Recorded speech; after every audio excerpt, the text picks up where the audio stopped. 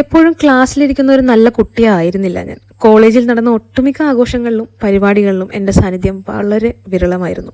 ഒരുപക്ഷെ ക്യാമ്പസിന് ഞാനൊരു അപരിചിതമായിരുന്നിരിക്കാം. പക്ഷേ ഈ പടിയിറക്കത്തിൻ്റെ ദിവസം എനിക്ക് മാറി നിൽക്കാൻ തോന്നിയില്ല. എന്തെന്നില്ലാത്ത സന്തോഷവും അതിനേക്കാളേറെ മനസ്സ് നിറയെ വിഷമവും ഒരുമിച്ച് അനുഭവിച്ച നിമിഷം. ഒരുപാട് ഘട്ടങ്ങളിൽ എന്നെ സ്നേഹിച്ചവർ, ചിലപ്പോഴൊക്കെ എന്നെ ഉപയോഗിച്ചവർ, അവരോടെല്ലാം മനസ്സിന്റെ അടിത്തട്ടിൽ നിന്ന് സ്നേഹം മാത്രം തോന്നിയ ഒരു ദിവസമായിരുന്നു. അതുകൊണ്ട് തന്നെ ഒരു വേർതിരിവുമില്ലാതെ എല്ലാവരുടെയും ആ മുഖത്തെ സന്തോഷം ഞാൻ എൻ്റെ ക്യാമറയിൽ പകർത്തിക്കൊണ്ടേയിരുന്നു.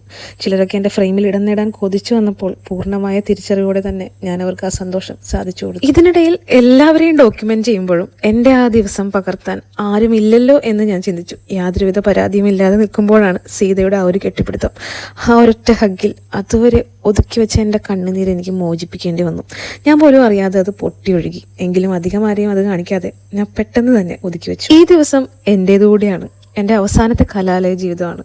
എൻ്റെ MBA യാത്ര പറയുമ്പോൾ ഒന്ന് മാത്രം ചോദിക്കുന്നു, അറിഞ്ഞോ അറിയാതെയോ ഈ കാലയളവിൽ ഞാൻ ആരെയെങ്കിലും വേദനിപ്പിച്ചിട്ടുണ്ടെങ്കിൽ ദയവായി ക്ഷമിക്കുക. ഫെയർവെല്ലിൻ്റെ ഈ ഒരു വോയിസ് ഓവർ ചെയ്യുമ്പോൾ എന്താണെന്നറിയില്ല, എൻ്റെ മനസ്സ് വല്ലാതെ അങ്ങ് തിങ്ങി നിറയുന്നുണ്ട്. ഇവിടെ നിങ്ങൾക്ക് കാണാൻ കഴിയുന്നത് പോലെ തന്നെ ഒരേപോലെ വിദ്യാർത്ഥികളുടെയും അധ്യാപകരുടെയും കണ്ണു നനഞ്ഞ ഒരു ദിവസമായിരുന്നു അത്. ആരും എൻ്റെ വീഡിയോ എടുത്തില്ല എന്ന് വിചാരിച്ച എനിക്ക് തെറ്റി. ഒരു നല്ല സുഹൃത്തായി കൂടെ ഉണ്ടായിരുന്ന ഒരാളുണ്ടായിരുന്നു, ആദിത്യൻ.